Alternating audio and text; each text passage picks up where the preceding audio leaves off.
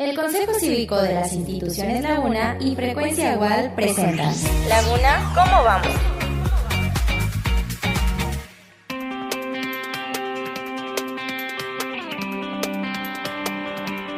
Hola, ¿qué tal? Muy buenas tardes tengan todos ustedes, amigos, que nos están escuchando a través del 98.7 FM y también aquí a través del nuevo formato de Laguna, ¿cómo vamos? A través de UAL TV, este programa que hacemos en conjunto la Universidad Autónoma de La Laguna con el Consejo Cívico de las Instituciones. Y bueno, este programa que vamos a comenzar tiene dos invitadazos de lujo.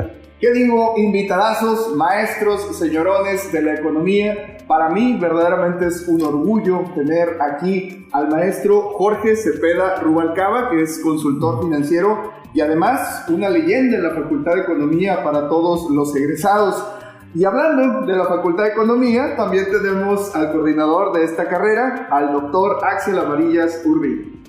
Vamos a iniciar con este programa porque pues obviamente el tema da para mucho, la economía es algo que nos duele pues prácticamente a todos los mexicanos y estos sucesos que se están gestando a nivel nacional y a nivel local también, como son las elecciones en Estados Unidos y la transición entre el gobierno de Andrés Manuel López Obrador y Claudia Sheinbaum, pues generan ciertas dudas entre aquellos que quieren conocer un poquito más a detalle por qué se mueven los indicadores más importantes económicamente hablando, como lo es la inflación y el crecimiento económico.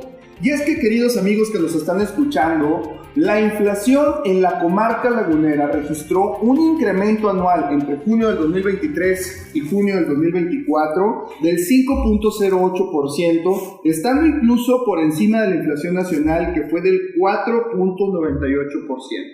En los últimos 6 meses, como la gráfica que les vamos a mostrar en estos momentos, podemos observar que la tendencia viene a la alza del 3.5 al 5%. Y esto nos obliga a preguntarle al maestro Jorge Cepeda: maestro, ¿qué factores económicos hacen que la inflación en nuestra región tenga estos incrementos posicionándose incluso por encima de la inflación nacional?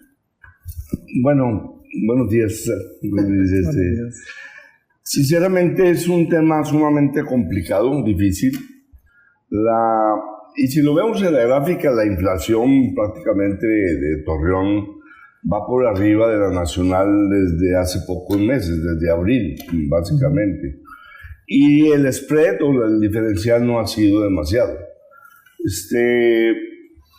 Los factores que de alguna manera hacen que haya presiones inflacionarias pueden venir por el lado de la demanda y por el lado de la oferta. Especificar, profesor, para Torreón, híjole, no es tan sencillo. Por el lado de la demanda, pues tenemos factores como el consumo, tenemos la inversión productiva, el gasto público, las exportaciones del sector externo, menos las importaciones. Esos son factores de demanda, y de oferta es la producción de bienes y servicios per se. La producción, si baja, bueno, pues crea presiones inflacionarias y puede bajar por muchos factores, ¿no? Y la producción agrícola también, ¿no? Que tiene implicaciones en la canasta básica. Vayámonos a Torreón. En Torreón yo he visto una buena dinámica por el lado del consumo. Torreón es uno de las pocas ciudades que más alto ingreso tienen en sueldos y salarios. Anda por arriba de, inclusive Nuevo León, en 11,400 pesos al mes, promedio, ¿verdad? Eso de alguna manera ha venido incrementándose. Ha coadyuvado el 20% de aumento del salario mínimo durante este año. Y todo ello, ¿qué pasa? Si sube el ingreso y sube el consumo, o sea, sube el ingreso, le quitas el impuesto, sube el consumo. Entonces, en Torreón ha habido una buena dinámica en ese sentido.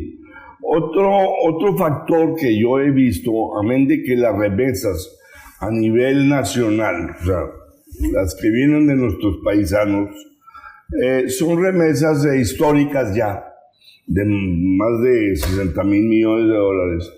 Aquí en Torreón, bueno, pues hemos recibido un incremento interesante de remesas. Desde el 2018 al 2024, pues se han manifestado en 40 millones de dólares, ha subido a casi 57 millones de dólares. Son 1.000 millones de pesos, que de alguna manera también tiene una repercusión interesante en los ingresos de las familias y por lo tanto en el consumo. Por el lado de la inversión productiva hay dinámica en el lado del sector empresarial, hay dinámica en el lado de servicios. Es decir, yo veo, por ejemplo, también he platicado con empresarios, tanto del sector manufacturero como de la industria de la construcción, que hay bastante rotación de gente, y a mayor rotación de personal, pues hace que te inviten con mayores sueldos, salarios, prestaciones e ingresos al final del camino, que también impacta positivamente en el consumo, por lo tanto en la demanda y por lo tanto en la inflación, ¿no? Y por el lado del comercio internacional, sinceramente, también Torreón ha tenido en los últimos años un superávit. Las exportaciones han sido mayor que las importaciones. Ese superávit hace que haya demanda. Y si hay demanda, pues hay inflación. Entonces las exportaciones también se han visto muy dinámicas digámoslo así, en la laguna, ¿no? En la región. Por el lado del tipo de cambio, últimamente en junio se fue hasta 18.70. De alguna manera, quien importa, bueno, pues se sube su costo. Y hay una implicación en junio importante de presión inflacionaria por el lado del tipo de cambio. Por el lado de la oferta, bueno, pues sí, esa dinámica de alguna manera del sector manufacturero, del sector de servicios, también ha hecho que pues haya oferta, pero la oferta por el lado del sector agropecuario y sobre todo agrícola, digo, no producimos papa, pero ve cuánto ha subido la papa, cuánto ha subido el aguacate, cuánto ha subido la naranja, o sea, 20, 30, 40% impactan en la canasta básica, y en Torreón se ha repercutido también en una presión inflacionaria.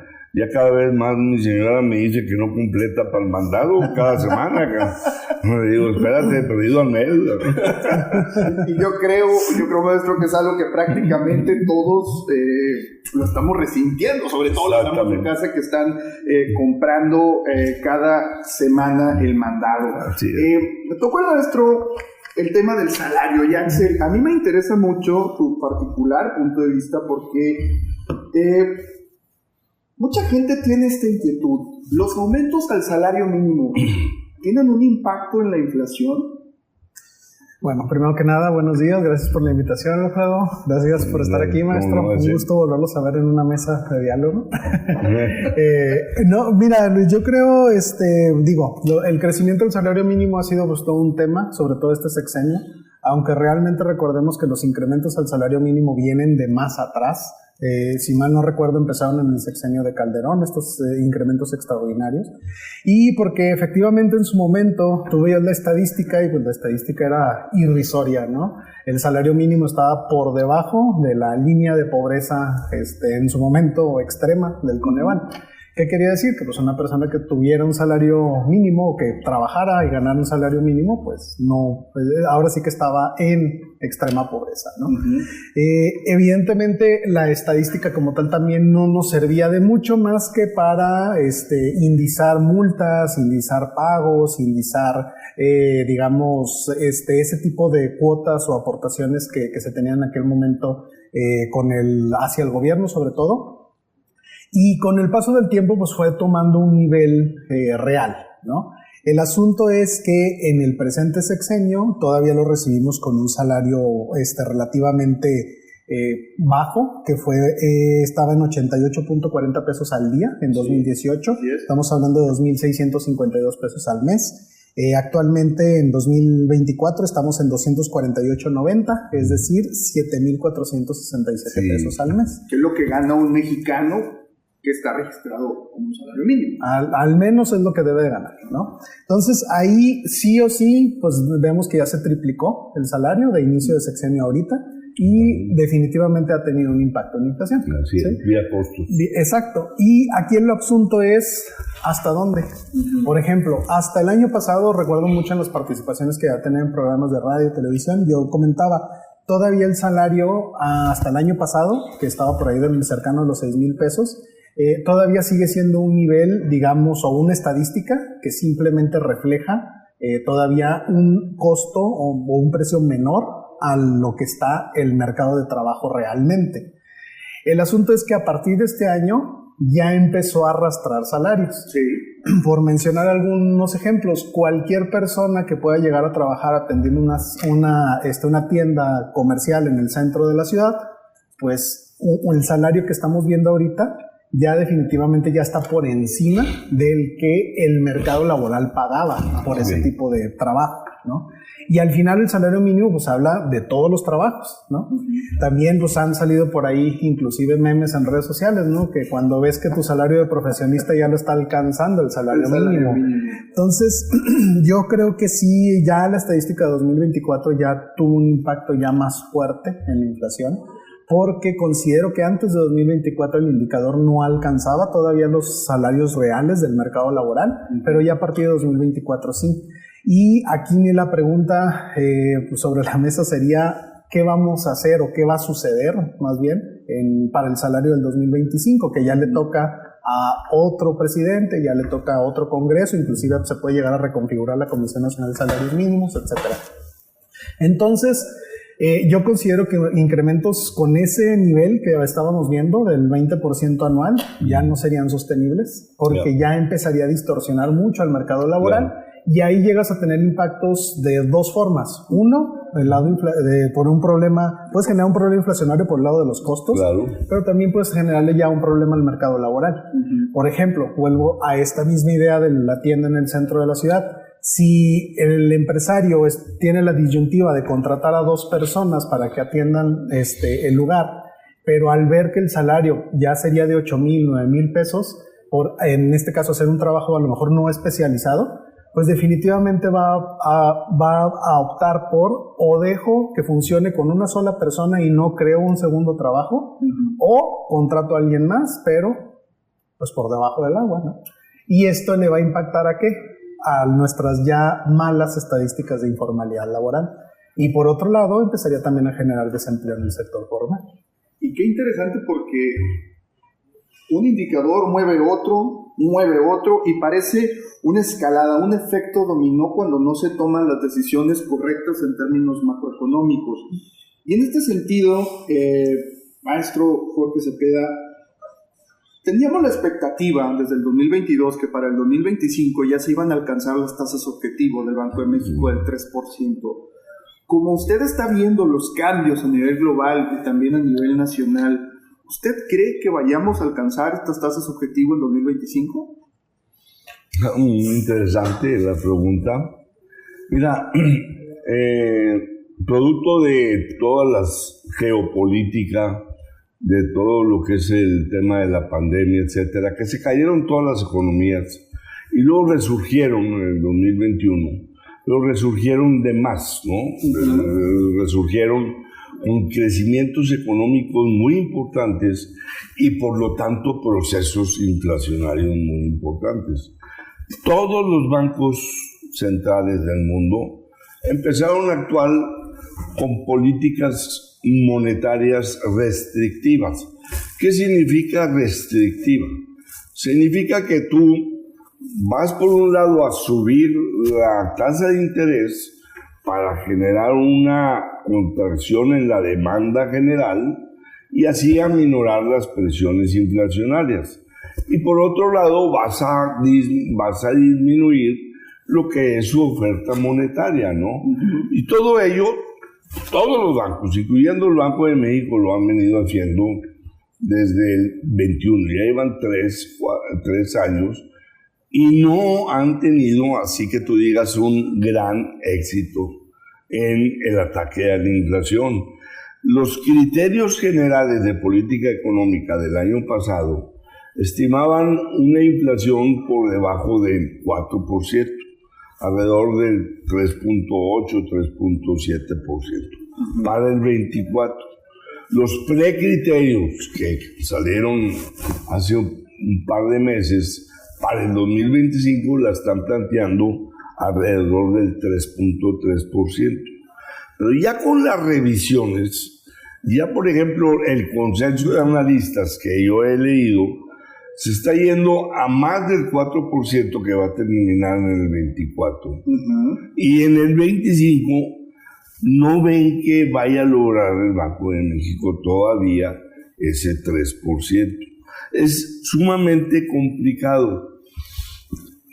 ¿Cómo es posible que tú estés viendo, ¿verdad?, un crecimiento económico más o menos estable, quizás un poquito a la baja ya estos meses? Hay una expectativa de crecimiento hacia la baja, pero ya se está diciendo en política monetaria que el Banco de México en su próxima reunión de agosto, aún con estos datos de inflación más hacia arriba, ya de 4,98% en el año, pues es una inflación interesante como para que sigas manteniendo la tasa de interés. Sí. Pero se está escuchando de que el Banco de México en su reunión de la Junta de Gobierno de agosto la puede bajar alrededor de un cuarto de punto, o sea, a 10,75, y algunos analistas piensan que va a terminar el año en 10,50. Sin embargo, hay expectativa, hay incertidumbre, se puede echar para atrás un poco la producción en términos globales, en términos generales, de aquí a que termine el año, por la enorme incertidumbre que hay en la política, por la enorme incertidumbre que hay en esta parte de la reforma del Poder Judicial que quieren, y todo ello puede causar de alguna manera una expectativa a la baja en el crecimiento de la economía. Entonces, si puede haber esa expectativa de alguna manera, pues puedes seguir manteniendo esa tasa de interés como colchón para que no siga habiendo las presiones inflacionarias que de algún modo, sobre todo en la subyacente, aquella que descuenta los productos volátiles, como energía, como luz, como productos agrícolas, pues todo ello, ¿verdad?, es la que más toma en cuenta el Banco de México para disminuir la tasa de interés. Y esa sí ha ido hacia la baja. Por eso es muy probable que sí baje la tasa de interés de aquí al final, uno a esa expectativa, a un 10-50% para bien también de la economía. O sea, tienes que acolchonarte a esa posible baja que vaya a haber por una expectativa de incertidumbre y de que, espérame, déjame pagar por ver el tema de la inversión, por ejemplo. Y es que es importante que la gente comprenda que cuando tienes niveles de inflación altos, el Banco de México lo primero que hace es subir la tasa de interés para contener este problema, pero al mismo tiempo esto también afecta en la productividad, porque al tener créditos más caros, pues obviamente tú adquieres menos productos e incluso servicios que hoy en día ya también se pagan a crédito. Y hablando de economía, por ahí les vamos a mostrar una gráfica muy interesante, porque quiero que ustedes vean cómo en 2023 la economía creció un 3.2%.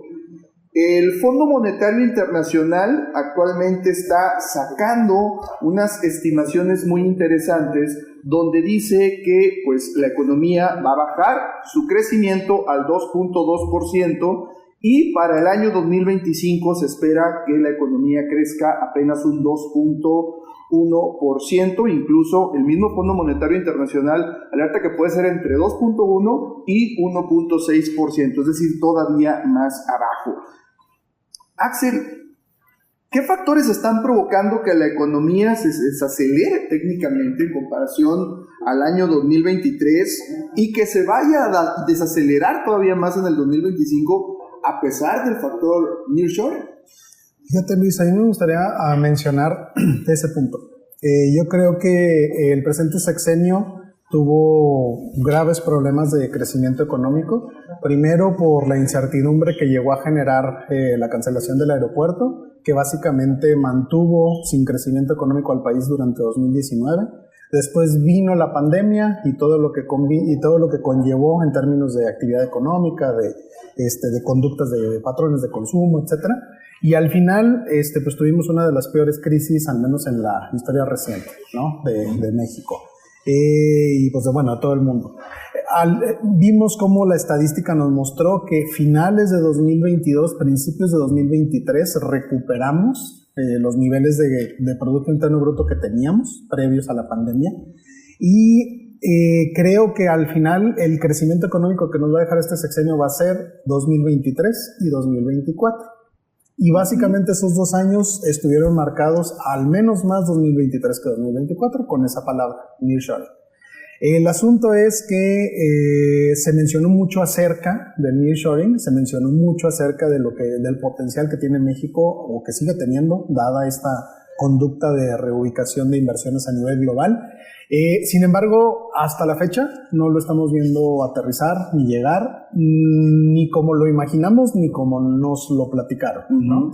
Sí hemos estado viendo reconfiguraciones, sobre todo con las economías que están más vinculadas con la norteamericana, lo que es Coahuila, lo que es Nuevo León, lo que es el Bajío. Hemos visto que sí están reconfigurándose su industria manufacturera, su industria de exportación, precisamente por esta conducta, pero realmente no la hemos visto detonar como efectivamente lo estábamos esperando. Porque nos lo vendían como el nuevo tratado de libre comercio, como la nueva era de la economía. Pero ahí salieron a relucir muchísimos focos rojos que trae la economía mexicana. Así es. O bueno, el país en general, ¿no? Uno, la inseguridad. Exacto. ¿No? Hay muy poquitos estados en México que no tienen un problema, pero en general es un problema grave para todo México. Claro. 2, la falta de generación de energía.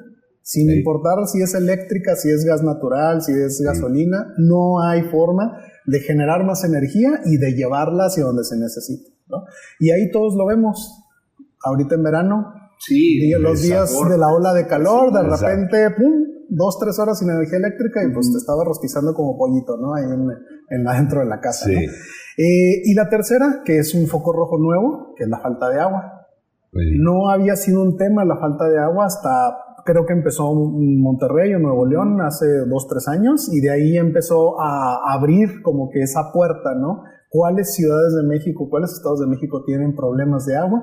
Inclusive, pues ya ahorita estamos viendo que las estadísticas te hablan que la Ciudad de México va a enfrentar ya un problema de agua. Entonces, yo creo que ahí el problema es pues la falta de inversión en infraestructura, ¿no? Y en su momento no se habló tanto, por ejemplo, del impacto negativo que iba a tener en términos de infraestructura la reversa que se le dio a la reforma, o que se dio con la reforma de la ley de la industria eléctrica. Pero al final era eso. O sea, el CFE no tiene capacidad, no tiene forma de generar más energía al ritmo en que la demanda lo necesita. Y esta reforma eléctrica del sexenio anterior era lo que garantizaba. Para bien o para mal, si había enriquecimiento o no había enriquecimiento de particulares, contratos a favor de ciertas personas, etcétera, lo que garantizaba era que se siguiera produciendo energía eléctrica a mayor ritmo que la demanda lo iba a requerir. En el momento en el que se le da reversa a esa reforma, ya nos quedamos sin idea de cómo generarla, y ese es uno de los principales focos rojos que ha detenido la inversión, la falta de producción de energía. Y como les decía, yo creo que el problema del agua nadie lo veía venir, pero ahora lo tenemos enfrente y se resuelve igual que el de la falta de generación de energía, con infraestructura. Pero pues ya sabemos que las obras de infraestructura de este sexenio pues fueron básicamente 3, y pues hay 2 que todavía no terminan de arrancar, y la otra pues ahí está, pero no es como que me quede muy claro para qué sirve, más que para el transporte aéreo de carga. Entonces, Luis, a mí me gustaría mencionar que yo sí creo que hubo un impacto positivo en términos de, digamos, de perspectiva de crecimiento gracias al nearshoring, sobre todo 2023. Yo creo que 2024 está apagando ese foquito de que se prendió el año pasado, y estamos regresando a nuestro crecimiento económico natural del 2%, que crecemos como economía desarrollada sin ser economía desarrollada. Es nuestra tendencia. Y qué impresionante, porque este presupuesto precisamente que dispone el gobierno federal muchas de las veces no se usa con fines de inversión en infraestructura, pero sí se usa políticamente hablando para los programas sociales. Maestro Jorge, entonces, esto que se está gastando en programas sociales definitivamente está aumentando la demanda, definitivamente está impactando el PIB, pero ¿qué es lo que va a pasar en el futuro? Porque estamos dejando de invertir en un sector muy importante para el desarrollo a cambio de un gasto meramente asistencialista. Sí, yo creo que hay en la profundidad un tema ideológico importante. El tema de los programas sociales, está bien, hay un efecto en el consumo directo.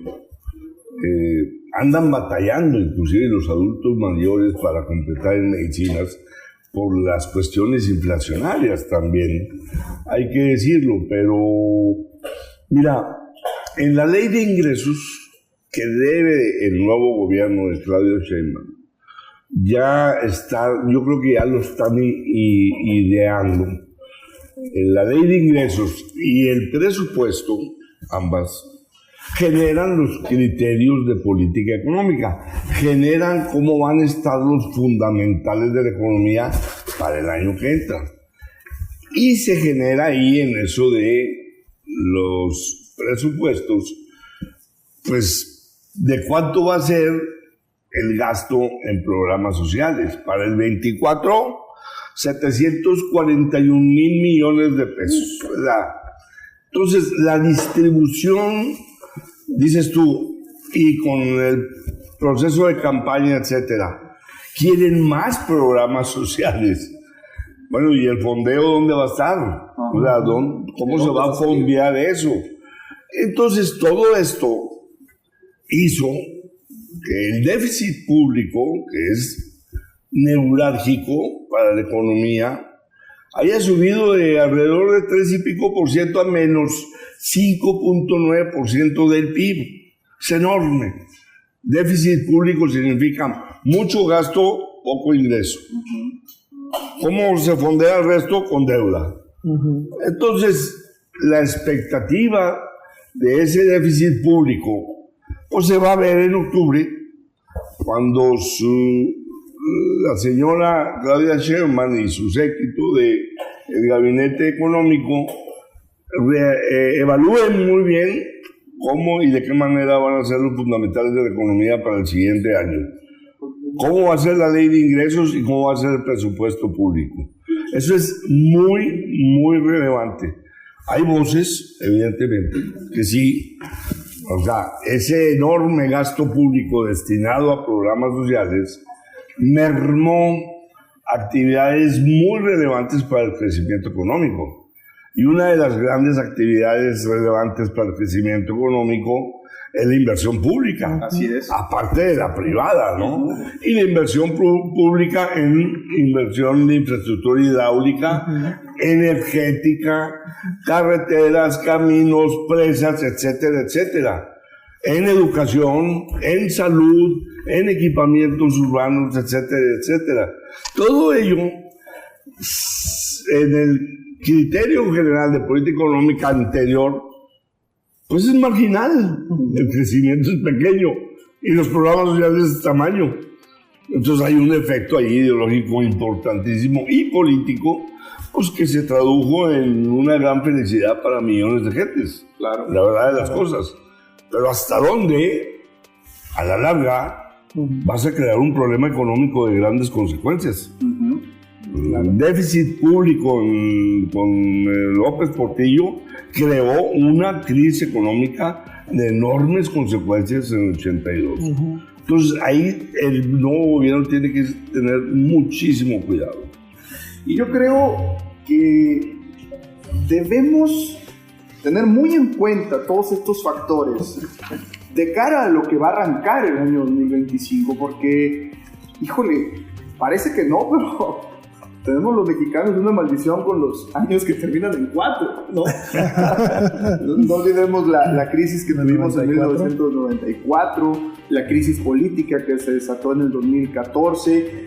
Bueno, hay muchas cosas que analizar, pero desafortunadamente el tiempo no nos alcanza. Bueno. Yo quisiera, número uno, agradecerles por haber asistido a este programa, y número dos, hacerles la invitación en octubre para, una vez que se siente el nuevo gobierno, analizar los retos económicos que va a enfrentar, ya más adentrados, porque pues ya octubre prácticamente se acabó el año, sí, más adentrados para saber qué es lo que le depara, y sobre todo recordarle a las nuevas generaciones qué riesgo puede tener una economía con ese déficit tan alto, ¿no? Exactamente. Entonces, maestro, muchísimas gracias por habernos acompañado. Muchas gracias a ti y a Axel aquí por la compañía, muy grata. Gracias. Doctor Axel, muchas gracias por habernos acompañado. Un último mensaje que quieras darnos. Un gusto para mí estar con ustedes, compartir la mesa, y seguimos aprendiendo el maestro Jorge Cepeda cuando éramos estudiantes. Pues muchas gracias también a ustedes, amigos, que nos escucharon aquí a través de Frecuencia WAL, a través de WAL TV, en este programa Laguna ¿Cómo vamos?, que estaremos sacando cada 15 días para llegar más a sus hogares, para llegar más a su automóvil, y sobre todo también para que las nuevas generaciones estén enteradas de lo que acontece en la economía nacional.